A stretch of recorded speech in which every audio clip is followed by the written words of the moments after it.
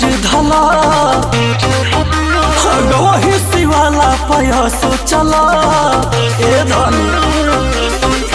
हर भाव बेचैन तनी धीर धला गवही शिवाला पयसो चला सुइया पहाड़ के चढ़ाई धनिया बोल कैसे करब सुइया पहाड़ के चढ़ाई धनिया बोल कैसे करब तले कन्हे कुंवरिया काचे डगरिया तेज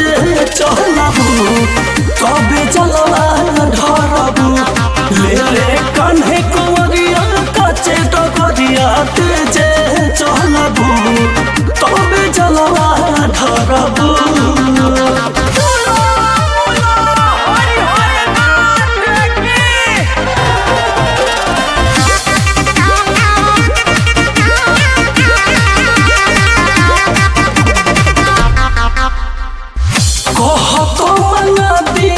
सारी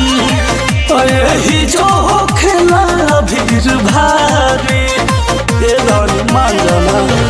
हाँ कहतो नदी गेरुआ सारी यही जो खेला भीड़ भारी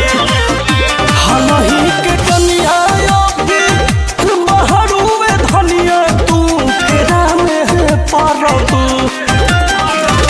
हलही के कनिया अभी बहरुए धनिया तू फेरा में परबू तले कन्हे कंवरिया काचे डगरिया तेज चलबू तबे जलवा ढरबू ले कन्हे कंवरिया काचे डगरिया तेज चलबू तबे जलवा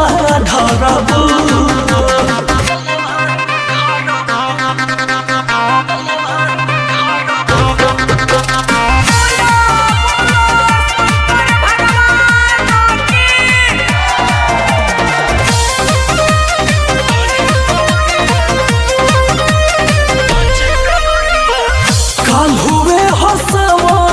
सुमारी होत भोर चलाली हठारी बुझाइल काल हुए हसवन के सुमारी होत भोर चलाली हठारी बढ़ता कोरोना सोना लहरी छोटू छवि के बतिया कैसे डरबू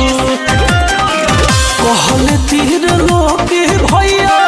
बहुत कोरोना तबतिया कैसे डरबू तले कन्हे कुंवरिया काचे डगरिया तेज चलबू तबे जलवा ढरबू